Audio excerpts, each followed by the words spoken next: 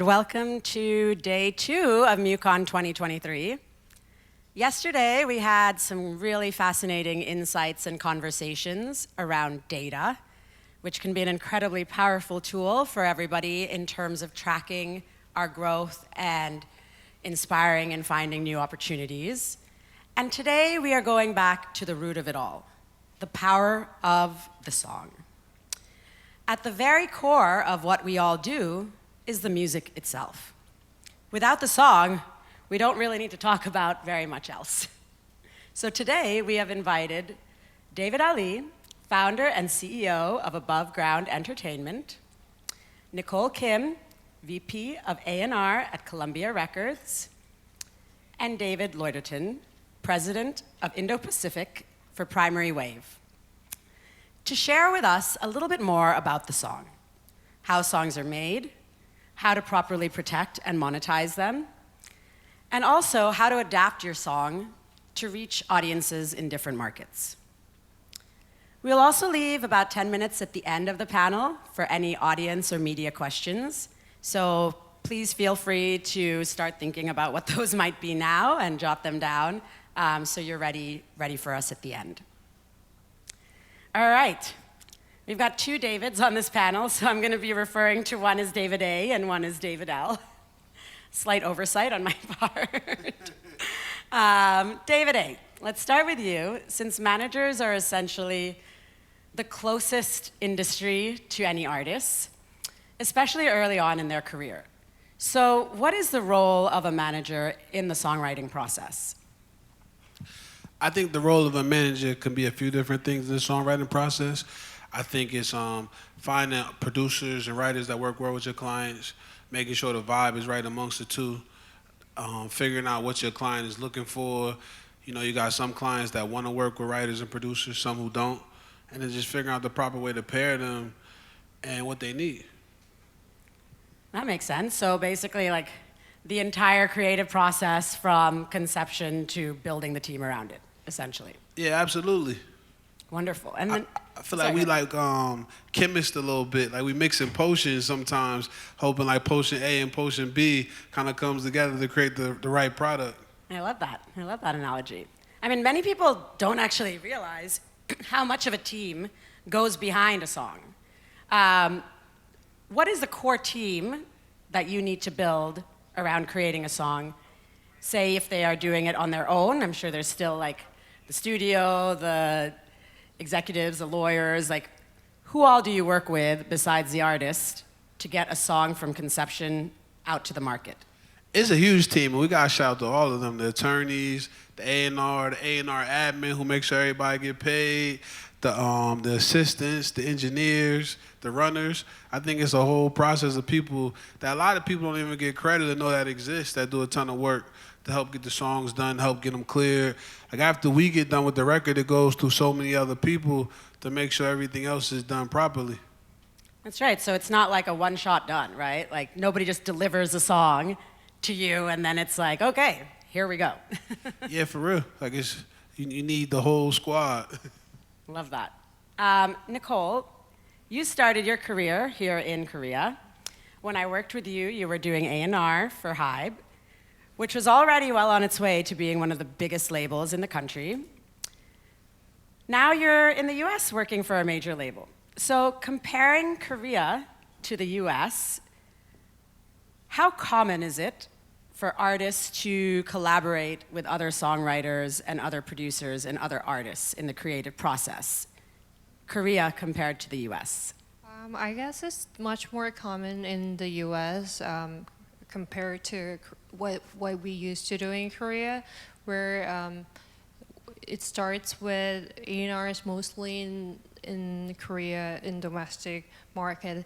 It is, I guess, all about collaboration now in the States, especially with those artists. You can barely see a song that's written by only one songwriter or one producer alone in credits these days. So a lot of artists find collaborations with producers, songwriters, or even with artists too. So I will say, it is a lot more common in the States. Wonderful. And do you mind walking us through that creative process in Korea compared to how you've experienced it in the US? Oh, sure. Yeah, but like, I mean, it depends on artists and projects, so it can be the same always, but in general, but in Korea, it will be usually the A&R team looking for songs for the artist, and once they find the right track for the artist will go on recording process, but where it is more, I guess it's more about doing collaborative writing in the States, where you actually go into a studio with producers and songwriters in the same room and come up with a song and go through the recording process as well. As opposed to being delivered kind of like a finished thing to do your own version of. Right. The actual process of it in the US is more of a collaboration from the very beginning, right? Yeah, but I mean, there are still many artists in the States who look for a finished song and just record. And even in Korea, there are many artists who like to be in the studio and work with other producers and songwriters too. But I mean, it is just more common in the States, I will say. So yeah, I guess it just depends on artists and projects. Wonderful, thank you.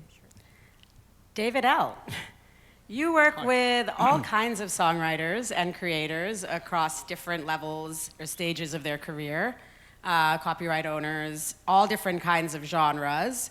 How do you help copywriters and writers ensure that their content is properly registered and monetized? Because I don't think very many people understand quite the importance of making sure your content is registered properly.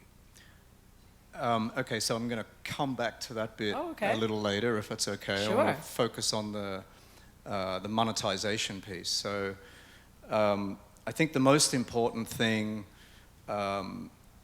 is partnership. Partnership with your artist, partnership with your songwriter. We always partner with our artists and songwriters. Partnership means that your interests are more aligned, it means you're talking, it means you're transparent with each other, you understand what each other's goals are, and that makes it easier to achieve those goals. So that's the first thing, partnership. The second thing I would say about monetization is marketing. Marketing is what it's all about, and that means marketing to all the places that that song, that piece of music is existing. Means marketing to DSPs, song placement, playlisting. It's marketing to social media, TikTok, YouTube, Instagram, working with influencers. It's marketing to film and TV, getting your songs placed in film and TV productions. It's working with brands. Brands, they're not music people. They're trying to sell toothpaste. So you need to understand how your music can help them sell toothpaste or whatever it is. So there's a different way of thinking there. Absolutely. It's about sync. That's TV commercials, and it's about marketing to gaming platforms, and basically anyone who's using music is an opportunity for you to monetize your content. It's also about marketing to the A&R community. We're constantly working in partnership with the A&R community, and that's collaborations. It's getting stems to producers and remixers who are looking for new sounds, that sort of thing. And then I'd say finally on marketing, and it's often overlooked, is internal marketing. Marketing internally. And let me give you an example. So about 3 or 4 months ago, we created a partnership with a company in India called Times Music. It's really the first time we've stepped outside our Anglo-US base, if you like. So there's some education and bridge building that has to be done between our teams. So, you know, we're constantly putting our marketing teams together, our sync teams together, our branding teams together. We're educating each other about each other's music. And that's how, you know, we will do the best thing by our partners in India, is to help our team, for example, in the US, to understand how that music works and how it's going to fit into their world. So there's a whole lot of things that you can do. Yeah, especially in such a global world today, right? Where you have teams now all over the world who are working on their own local priorities. Right. Who may not even know what else is in their own catalog. Exactly. That's so interesting, yeah. That's such a very good point. So actually, on this whole collaboration front, right? David A. as a manager, I'm sure you touched on it a little bit, like when your artists want to collaborate with other artists. How do you go about that process? So when your artist comes to you with a specific artist in mind, for example, that they want to collaborate with, how do you approach either that artist or their team, and what sort of information do you go to them with? I think there's a few different ways. Do you know the manager? Do you know the artist direct? Or do you got to reach out? A lot of times we're blessed to know the managers, know the artists, and you can speak to them. You can kind of tell them what's going on, what we're working on. Or you hit up the manager, and luckily, you know, we got some good relations. You can say, hey, we're trying to get this done, work on this album. Sometimes people are down, sometimes people pass. But I think it's also our job to find collaborations they might not even know make sense. And that's like having good relationships in the community, talking to artists, getting to know people and looking for like what's coming next or what's dope. And they may be saying, hey, you may have never heard of this artist before, but it'd be really cool for y'all to work together. Especially like in the era of like global music. It's artists doing cool things in every different country. So I think having an ear for like those collabs too, like, yo, this person got some cool stuff popping over here and over there, and if we was to work together, kind of build your brand even more. That totally makes sense. So I mean, to that point as well, what do you need to give them, especially if they don't know you, right? So do you come to them with like data points? Do you come to them with song ideas? Do you come to them even with a rough mix when you're approaching different artists? I think it's data points, but sometimes it's even before you get there, you might have to get to know them, get to know their manager. I just worked on a project with Larry June. I work with him. He's an independent artist. He goes to Empire, and we just did a collaboration with a guy named Alemán from Mexico. He's from, I think he's from Cabo, but he's one of the biggest rappers in Mexico. And we met him in December. I got with him again in February, and we all just been building a good relationship. He asked Larry to get on the record and ended up going on his album. But it just was like a real organic, just as a process. And I think sometimes these things take time, and you want to have it where like, we like you, you like us, we all got a good relationship. It helps. Absolutely. I mean, it sounds like building relationships is really the core of a lot of these sort of opportunities. I think I've built like a lot of my business on that globally, just knowing people, taking the time to get to know markets and people and artists. And just, because some artists not even cool, you might not want to work with them. And some artists you might not be expecting was super cool, you want to work with them just because of that. Absolutely, right? Because it is a creative collaboration process, and you have to get along with somebody to really produce the best sort of work, right? And you got to understand, like, will your artist want to go in the studio with this person? Will this person want to go in the studio with your artist? Sometimes you got to check the vibe and just make sure that this is going to work before it even gets there. Yeah, it makes sense, absolutely. I mean, A&R is definitely one of the most sought after roles, I would say, globally in the music industry. But it's also a position that I think a lot of people don't quite understand what the job is. So Nicole, please walk us through, what exactly do you do as A&R? I don't think I even understand sometimes, but... Everything? Yeah, but I guess one of the most important jobs that A&Rs do is finding the right collaborations, even in songwriting or features, whichever it takes to complete the song and release a hit record.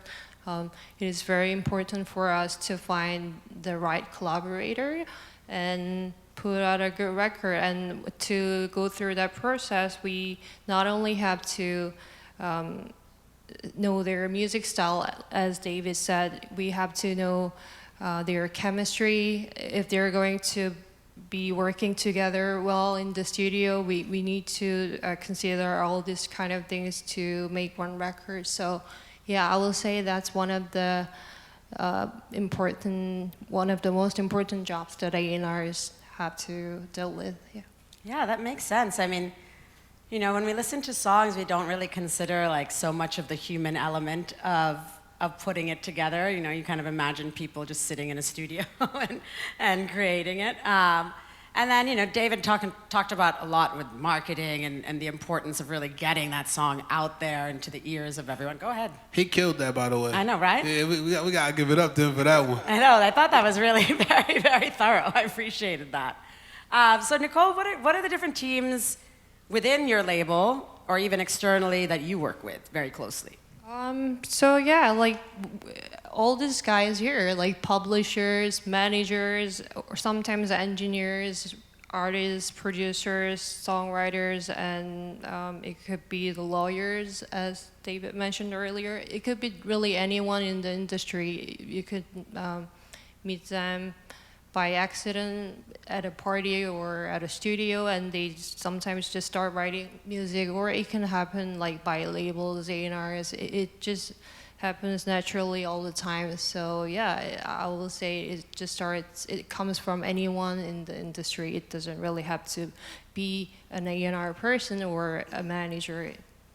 Absolutely. And then within your own team, like when I was working with you, even though you were A&R, you were on a lot of the marketing calls. That's right, yeah.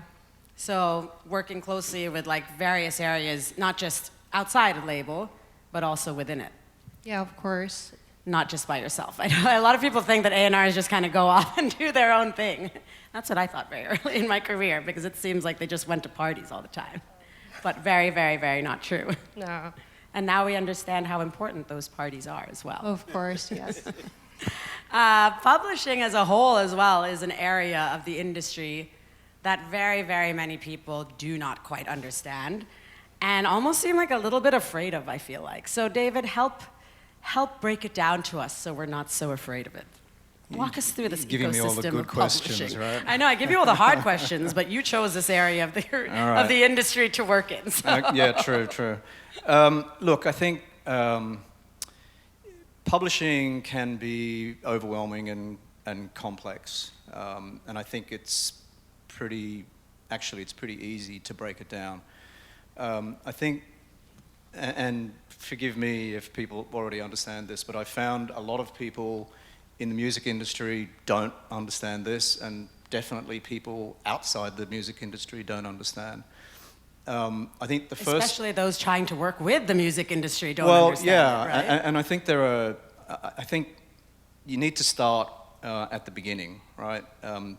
There are two copyrights. When you're streaming a song, there are two copyrights. There's a song and a recording. So let's be simple about it, right? So you and I write a song together, okay? We agree the split's 50-50, whatever it is. We now own that song copyright. We don't have to register it, except in certain countries, but generally you don't have to register it. You've created a copyright. So that's the first thing. We've got a song copyright. Then maybe, you know, one of Nicole's artists or David's artists wants to record it. Or they themselves. And that's a second copyright. That's a recording copyright, right? Which your label or whoever owns. And each artist that records our song is creating a new recording copyright. So when you're streaming a song, you're actually listening to two copyrights. The song, our song, and the various recordings, right? So it's really important basic stuff to understand. And as I say, a lot of people in the business don't understand it, let alone outside the business. So if you understand that, then you understand that then there's revenue, money coming for each of those copyrights. And so, you know, that money is coming from streaming, it's coming from physical sales here in Korea with, you know, strong physical sales. It's coming from social media, it's coming from those things that I mentioned, film and TV and sync and gaming and basically, you know, music played in hotels and cafes and restaurants. Anywhere music is being used, you and I are making money as songwriters, and each of the labels or owners of the recordings are making money as well. So I think that's the first thing to understand. It's, you know, it's sort of pretty simple, but I've had this conversation many, many times, and often people just go, oh, I didn't know that. That's... I would say especially when it's the same people who are writing the song who are recording the song. I feel like that is where a lot of the confusion comes in, because those people don't realize that they can monetize both sides of it. That's right, absolutely right. So once you understand that, then you can start to focus on how to monetize those different copyrights, right, in all those areas that we've talked about. And I think, you know, it can be confusing and sometimes overly complex to use the labels that we use in the industry, mechanical royalty, public performance, income, all that sort of stuff. You know, it's not as necessary perhaps now than maybe it was in the past. I think if you're focusing on where the money's being generated rather than what it's called, then I think, you know, you're most of the way there. Yeah, especially considering language, right? Like what it's called here Right. versus what it's called yeah, there. I mean, some of maybe. these concepts are, you know, concepts that are, in some cases, hundreds of years old. And, you know, it's, as I say, I don't think it's necessarily as important to call them what we call them in the business. It's just... knowing that there are these just two knowing things. that there's these two copyrights and they each generate money in lots of different places. Love that. And is there anything that people need, I mean, you talked about not needing to register necessarily your songs, but are there areas in which at some point that is required or it's really highly encouraged? Yeah, look, And I any think... advice for that? Yeah, look, I think where it is important is that you are a member of your local society, and in that situation you do have to register your songs with your local society. It doesn't make the copyright any better or any more enforceable. May say safer. But it's, no, it's just about being able to get money. Yeah. You know, because your local society, like Comca here in Korea, is going to be at the very least collecting money from public performance, local broadcasters, that type of thing. Often societies are also collecting money from DSPs for streaming and so forth. It varies from country to country, but I would recommend any songwriter be a member of your local society, make sure your songs are correctly registered with your local society, and at least you've got, you know, half a chance of the money flowing through. Absolutely. And very often these societies have deals with other global societies around the world. Oh, right? sure. So, Yeah. So there's a network of societies. I think there's 130 or 140 around the world. They have an affiliate relationship with each other, so there's money passing from, for example, in the United States, coming here to Korea and then through to a Korean songwriter, for example. So there is a network out there that's designed to capture all this money. It's not always as efficient as we'd like it to be, but, you know, it generates a large chunk of the revenue that flows around the industry, so it's an important piece of the puzzle. Great, thanks. David, as a manager, your role is really to protect your artists as well as find opportunities for them, right? Yeah, we the protector for sure. Right. And Nicole mentioned that in the US especially, it's really common for there to be multiple writers on any one track or a lot of collaborations. So how do you go about making sure, one, that your artists are getting the fair share, right? So that negotiation process when you're working with a bunch of different writers and artists. And then is there anything else that you do with, say, societies or labels or distributors in terms of protecting that song for your artists? Well, I think I've learned two different ways of song splits. Like I know, like in the pop market, it's like whoever's in the room is an even split. But sometimes urban and hip hop, it's a little bit different. Like it'll be like 15% to the feature, it'll be 35% to the main artist, 50% to the producer. It just depends on how it was written. I think you gotta have honest people in the room, because people start getting twisted. I did this, I did that. Luckily, Kehlani writes a lot of her songs, and she collaborates a bit. So like the first two albums, she wrote every song except for like one or two. And then lately, she's been really enjoying collaborating and songwriting. With Larry June, he writes everything and records himself. So it's always straight down the middle, 50-50, him and the producer. And I think in terms of, you said, like finding different opportunities, there's syncs, there could be like commercials, you could be doing a brand partnership, you could say, hey, can we put this song in there, push for licensing. We just did this really dope campaign with On Running and Larry June, and it was for the NBA All-Star game. We shot it in Mexico City, and we said, hey, would you guys be interested in having this song in the commercial? And it actually aired during the NBA All-Star game. And then it aired for a couple weeks after that. Wow. We kept getting calls about it. Yeah, and I'm sure that had a trickle-down effect as well, right, on other sources of revenue. Absolutely. And then you got Sound Exchange, you got the YouTube money. It's a bunch of different. Mike Carey, he gave me the term mailbox money, and it always stuck with me. I love that idea. Can I jump in there? Yeah, please. So David, you mentioned something which I think is really important, which is that whatever the splits are, I think you need to try and agree it as early as you can. That's a very good Off point. the rip, as soon as they leave. And as a publisher, I've seen lots of situations where they're still fighting about it, and the song's out, it's a hit, and of course, once it's a hit, then everybody wants their piece. Of course. Right. So you need to get that done, I think, really as early as possible. And then the second thing, sorry. No, not at all. But I mean, to that point as well, like contracts. Where do the contracts come into play here? Are there contracts for songs typically? Go on. Yes, yeah, I know, right? I How think can we agree? the contracts come for the songs. They probably come normally closer when they're coming out. They should come way before, but they normally end up coming out right before the song come out. Sometimes songs are out and you're still doing the contracts. And then you could have situations. It's good to have honest engineers too, because the engineer can kind of tell you, this person did this person did that. They're in the room the whole time. Yeah. So they got a good eyeball for what's happening as well. Interesting. Sorry, David. No, I was going to say the same thing. It should happen earlier, but it usually happens later. And particularly if you get lawyers involved and that sort of thing, it can drag on. But the other thing I would say, and again, it's sort of boring but important plumbing, around the business, is you need to pay attention to the data, making sure your name's spelt correctly, making sure the song is spelt correctly. If you've got a $ in your name, then making that clear to people, because misspelt names and misspelt songs means that somewhere in the plumbing of the business, the money gets held up and doesn't end up in your mailbox. Right.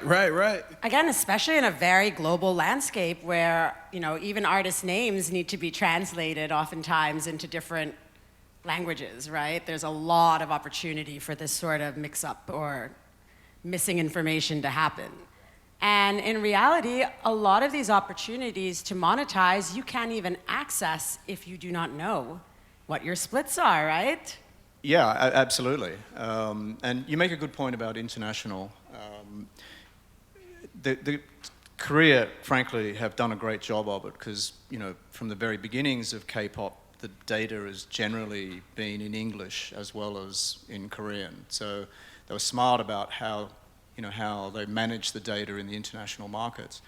I work in the Chinese markets and the Japanese market and various other markets. India, how many languages are there in India, right? Well, India tends to be in English, in Latin script, but Chinese could be simplified Chinese, could be traditional Chinese, there's Japanese kanji, there's so many different ways of writing stuff. And, you get a cover version of a Chinese song in Japan, you've got Chinese data being translated into Japanese and trying to be collected in America, for example. It's an absolute nightmare. Yeah, are they using the Japanese version or the Chinese version to localize it into Well, English? Right?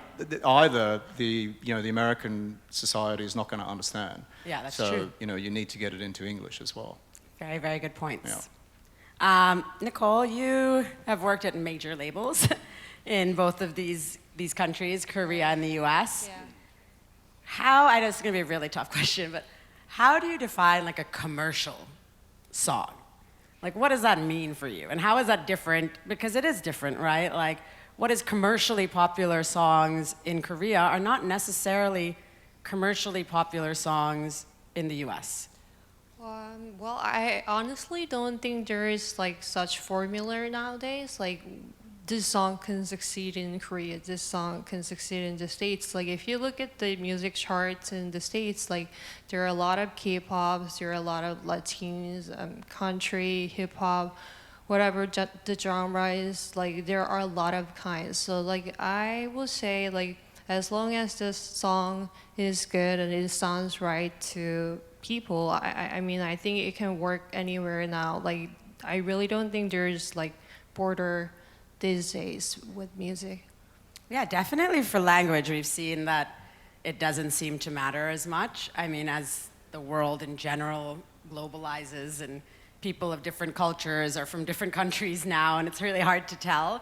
But even with platforms, right? So like songs that work on TikTok, say, versus like songs that tend to trend on YouTube, or US commercial radio songs, for example, right? Like, how do you work with your artists to make sure that they are creating content even around one song that fits these different formats?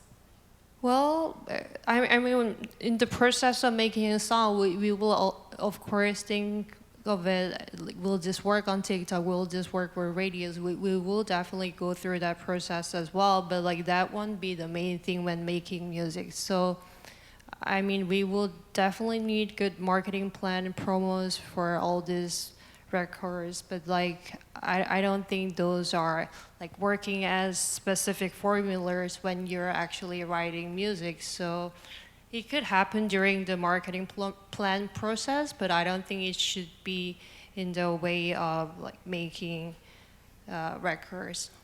I love that because I definitely hear of these TikTok artists, right? We all hear about them, right? There's this whole trend now of people thinking that they can write songs. I feel like David, feel free to jump in here, right? Because you know what I'm talking about. Oh, I was just gonna say I agree with her. Oh, yeah. Just you kind of think about all that stuff later, and real artists might even get frustrated if you start talking about TikTok and marketing and making of this song. They be like, "Oh, get out of here."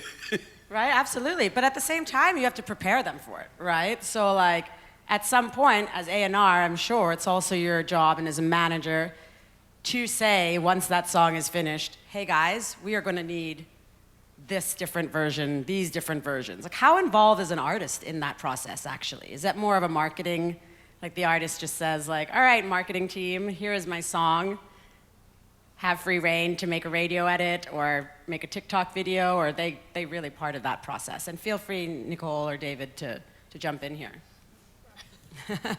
I guess it's either way. Like it could come from marketing, it could come from artists, can come from A&R as well. But like, yeah, I guess it should be more on the marketing side if we are making like an alternative version for those specific platforms rather than the original song itself. I agree.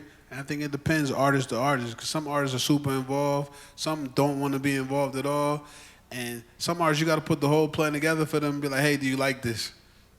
I mean, the good thing about that is that it doesn't matter, it seems like, right? Like the artist doesn't have to be involved as long as they're working with a team of people that they trust to not, Right. manipulate. I mean, if an artist participates, it will definitely help. It will get bigger, but like it doesn't have to be that way all the time. It can just come from an influencer or a TikToker that we work together. So yeah.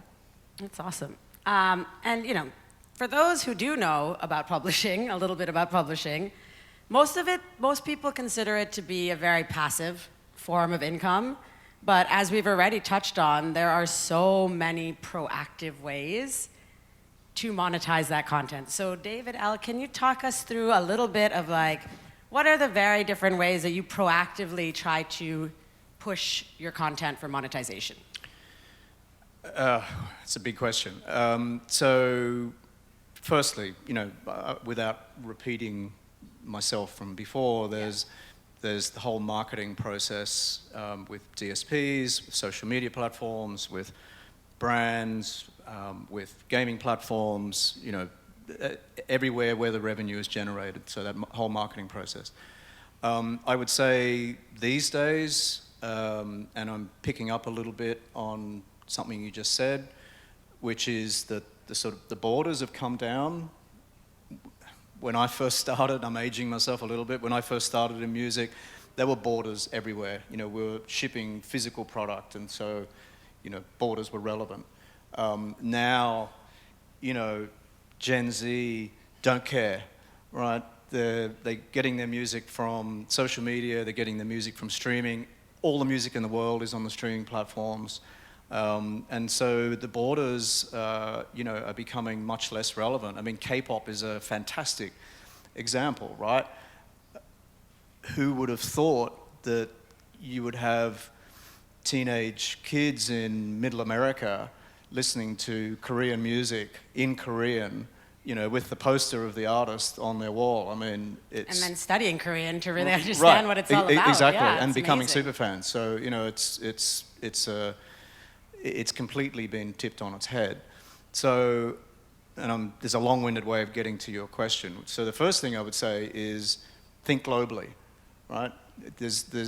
You need, as an artist, as a songwriter, you need to be thinking about who's listening to your music. It's not just, you know, within your own backyard as it used to be.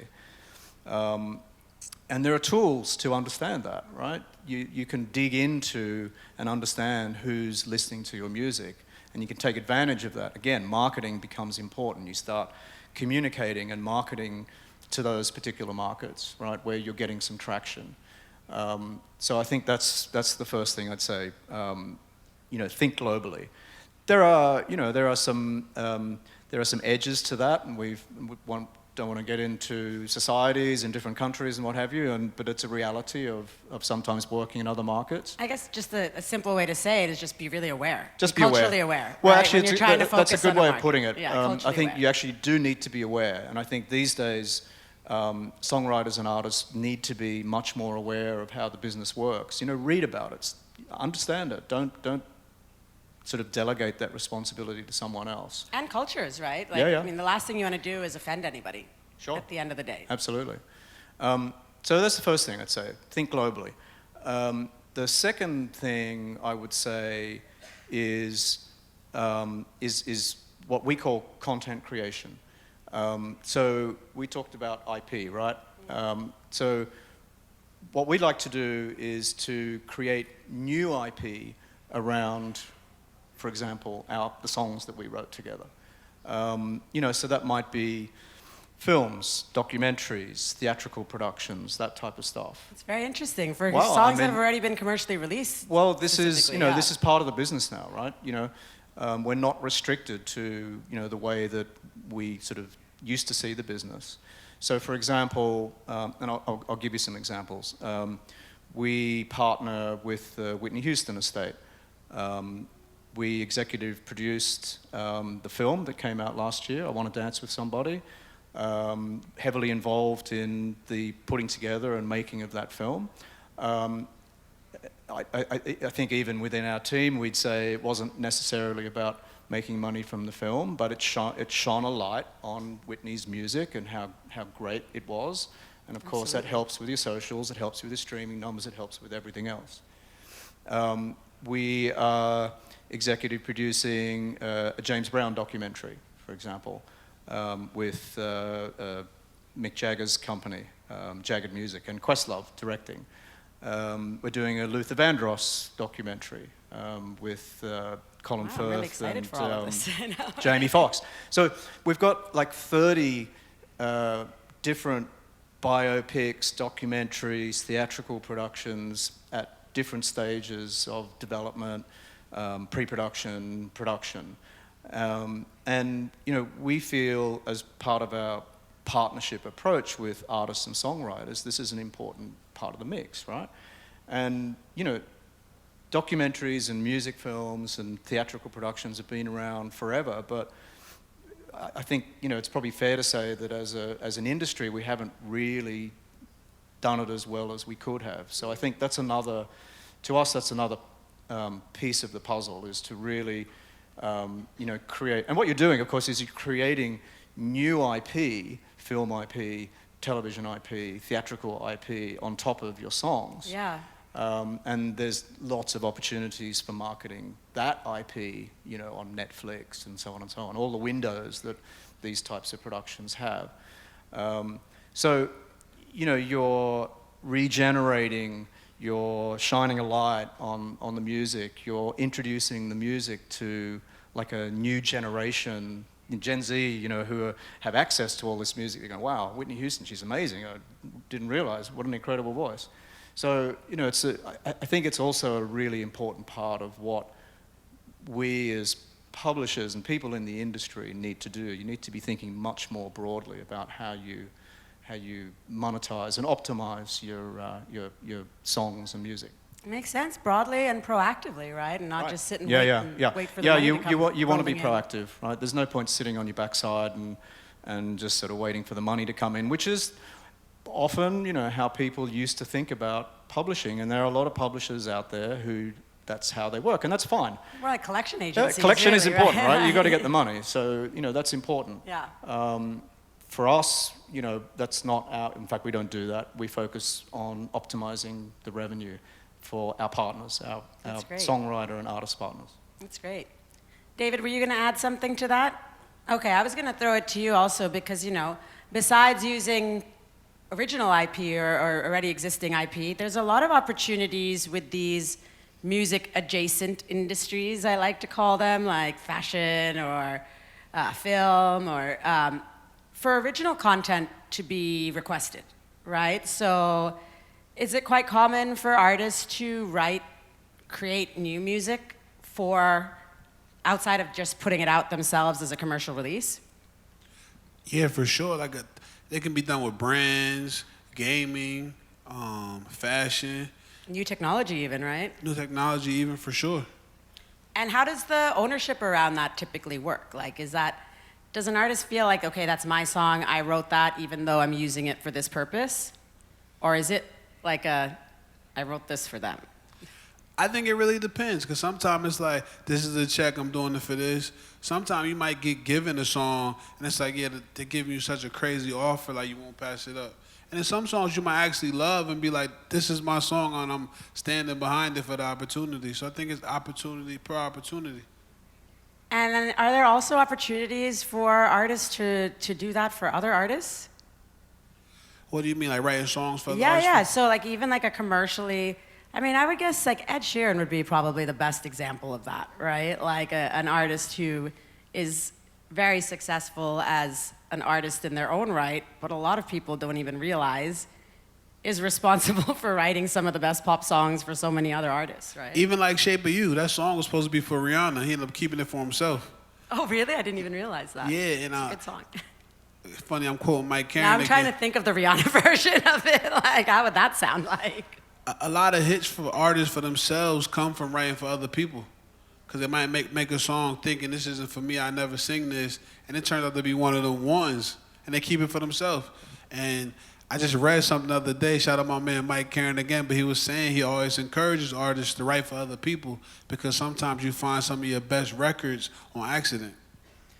One of the best examples of that is Prince. We partners with the Prince estate. So Prince was a prolific writer for other people. There's many examples of other artists that whether he wrote specifically for them or there was a relationship.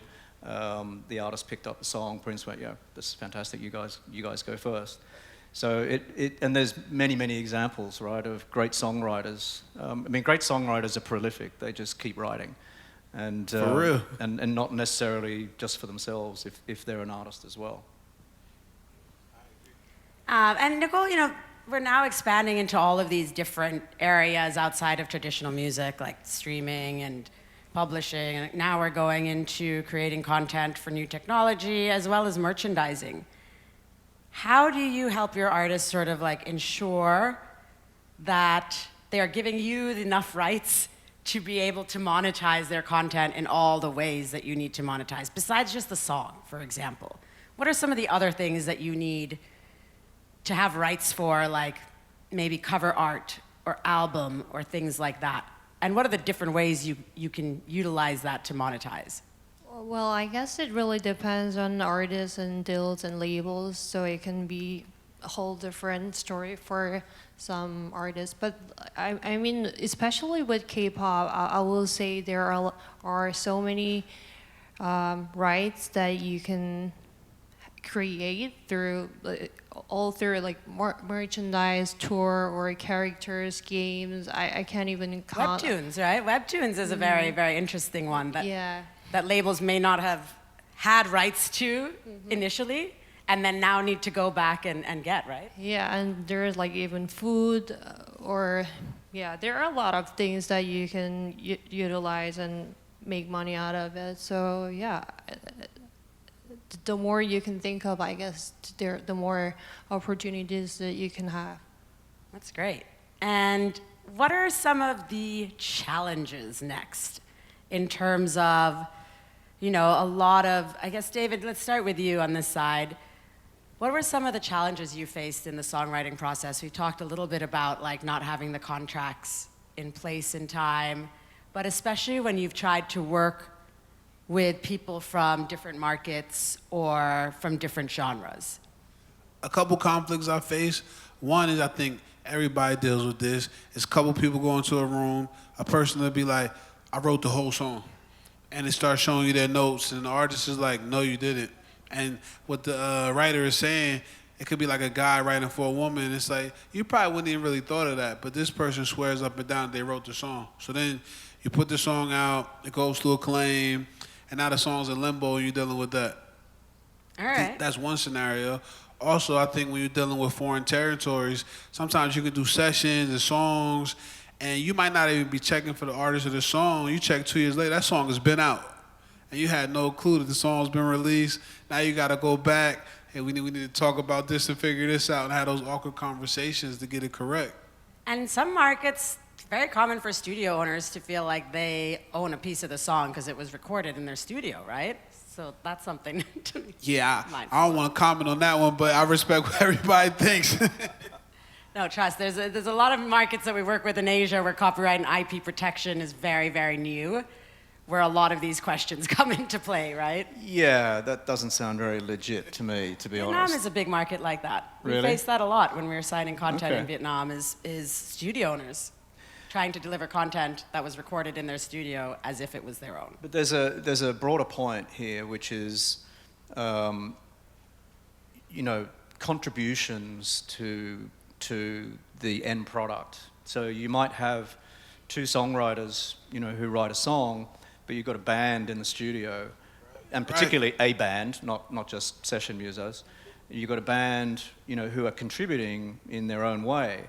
And, you know, I've seen many examples of particularly bands that have broken up because the two songwriters are driving Porsches and the rest of the band is catching the bus. Right. You know, so you need to think about that because the bass player and the drummer and the guitarist and, you know, the guy on keys may be contributing significantly to that song. You need to think about it even if they're not necessarily technically the songwriters. And that's part of the long game, making sure everybody eats. Because if you can eat for 20 years, it's better than eating for a couple years. The money spreads, especially Absolutely if you right. consider it. Absolutely. And kind of touching on that as well, David, what can people do when they are facing these sort of issues or they feel like people are misrepresenting their ownership? Which David? Sorry, David Me. L. Okay. Honestly, to me, it comes back to agreeing these things early. Don't leave it till 2 years down the line, and then you have to have the awkward conversation. Right. When it goes Right. viral. So there was a band that I worked with when I was very early in the business, and there were 6 members in the band, 2 songwriters, and we worked out with the whole band that the 2 songwriters would get 50%, and the whole band would get the other 50%. So that means the drummer was getting, what was that, 1/6 of 50%. So he's getting something. And so that band stayed together for, like you say, for 20 years. Yeah, they was all eating. Because they were all I eating. mean, everybody was making money is because what I That's mean. exactly right, yeah. But And you it- got to agree these things early. And at the end of the day, you can give ownership to whomever you feel like contributed to the process, right? I feel like especially early on where independent artists have very limited budgets, right? To pay for things like photographers or to pay for engineers or to pay for studio time, that seems to be a bit of a new trend now, right? Where they start giving I think points. one thing that's super important for managers and executives is to educate artists from the beginning about taking care of people, your photographers, your videographers, the producers, stylists, like actually paying people, even if you don't got a lot. If you start early telling people, yo, I might not be able to pay you crazy, but I'm gonna take care of you. And as you grow, you continually pay them. Because a lot of artists don't learn that from the beginning. They never had money before, so they tight with it. But you got to teach them. You got to spread this money early and teach good habits. Because you see a lot of artists, they just don't really know. So they're not even bad people. They just were never taught. Absolutely. I agree. Yeah, that's a really, really good point. I mean, I think we've shared such interesting information, and very often we think of a song as just something that we listen to, and we don't consider the teams of people behind getting it from conception onto the platforms, and the teams of people required to get that money back to the people involved. So thank you guys so much for sharing all of that information. We actually only have 10 minutes left on this panel, so I did want to take a little break to see if there might be some questions from the audience. Does anybody have a question for our panelists here? Feel free to raise your hand and someone will come over with a mic.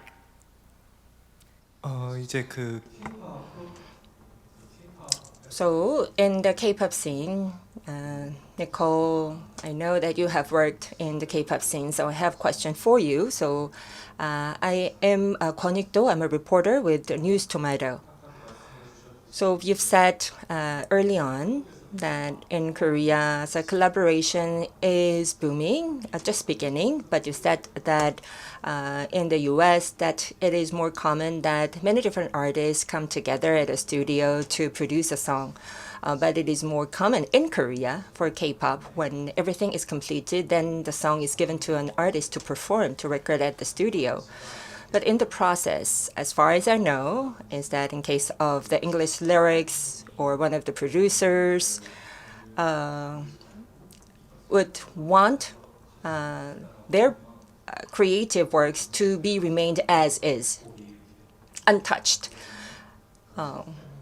So this is my understanding of how K-pop songs are being produced. But sometimes some of the lyrics or the expressions that I was using could cause controversy. So I'd like to ask for your opinion on that. And for other panelists, for the K-pop, is there anything the K-pop is doing better than the music industry of other countries? Yes, please, Nicole. Very, very interesting question. Yeah, I'll answer in Korean, if that's okay. Yes, absolutely. 논란이라. So what do you mean by controversy? Can you give me an example so that I can understand better? Because I cannot think of any particular example that caused any controversy. So I'd rather not pinpoint any particular song. But if you could just give me a general example. So let's say that an expression could be interpreted as overly sexual.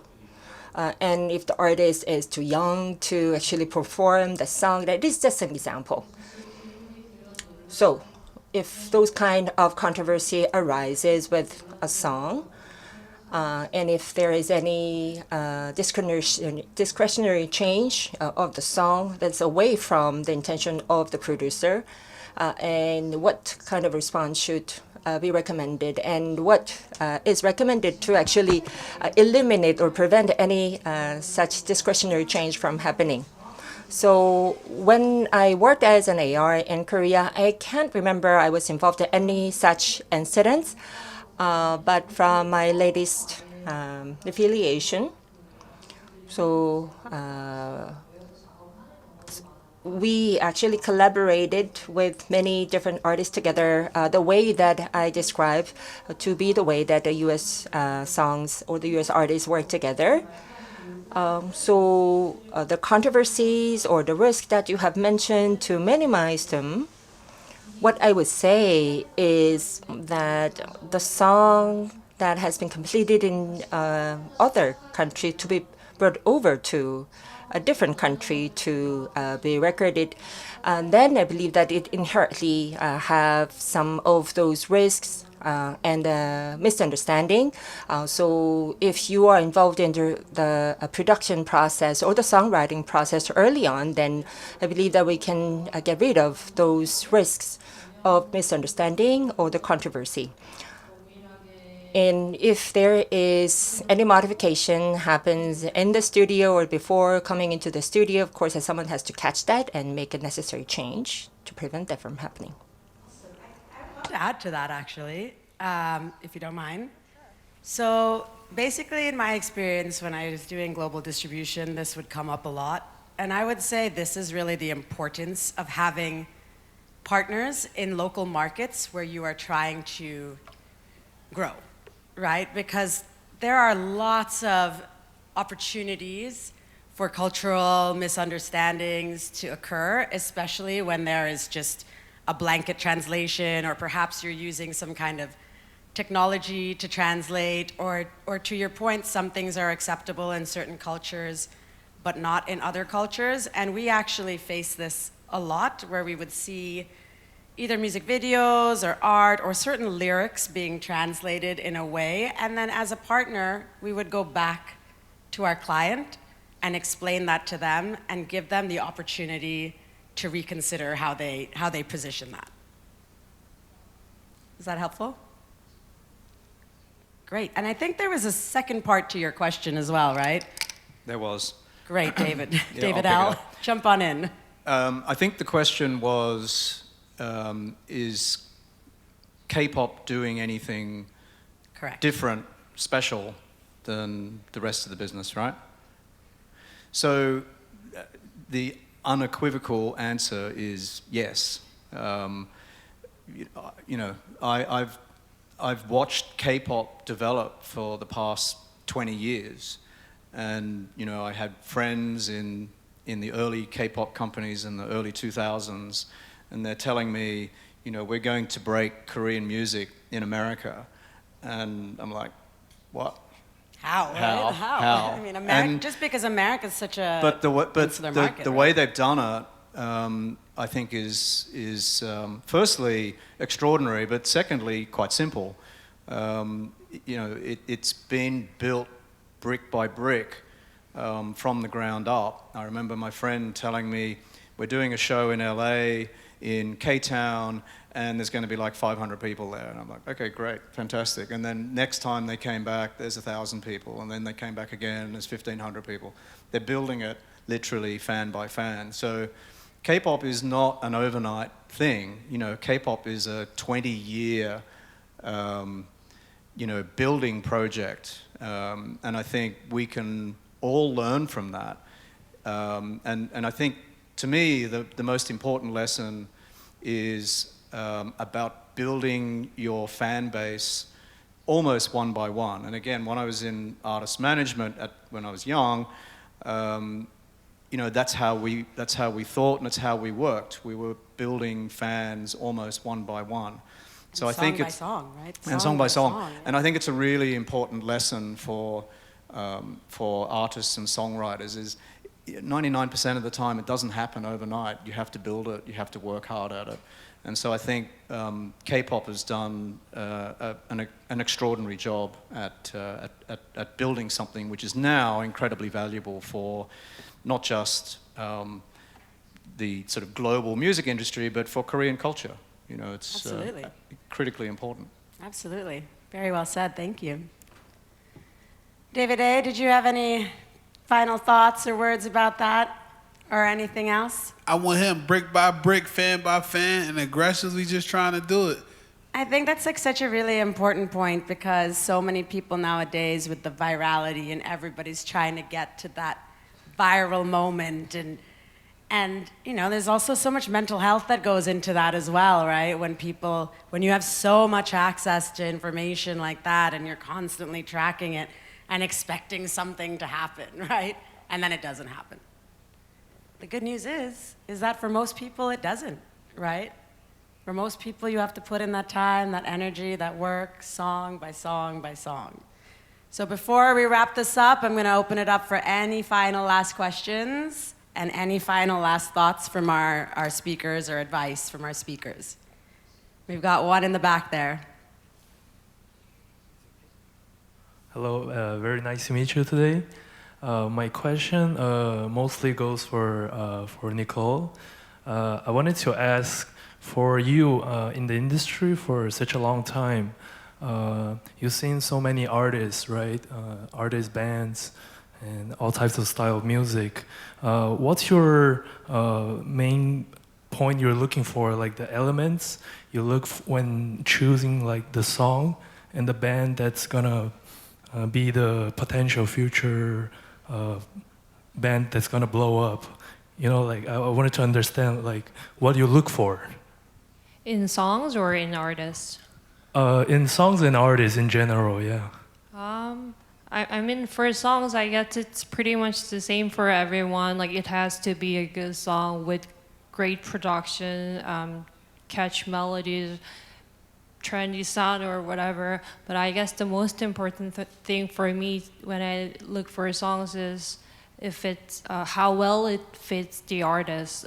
Even though if it's a perfect song, if it doesn't fit my artist, that's not gonna work. So for me, I guess that will be the most important thing I look for.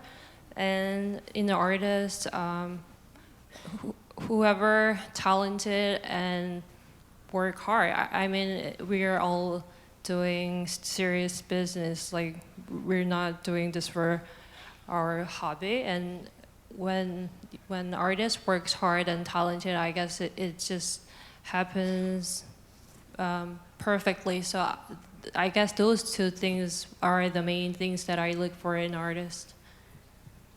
Very, very good points. Actually, David, I'm curious to ask you the same question. What do you look for in a song and when you're looking to work with an artist? Because, you know, management-artist relationship is as close as it gets, so I imagine you have to be really, really mindful about the kind of artists that you want to have that sort of relationship with. I just like working with artists that I like their music, I like them, I like to be around them.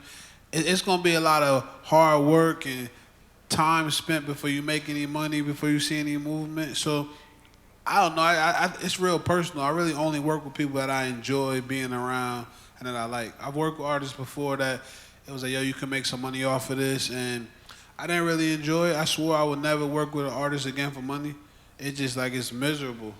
I love that. Thank you guys so much. Thanks to our panelists. Thanks to our audience for sharing your time, for sharing your knowledge.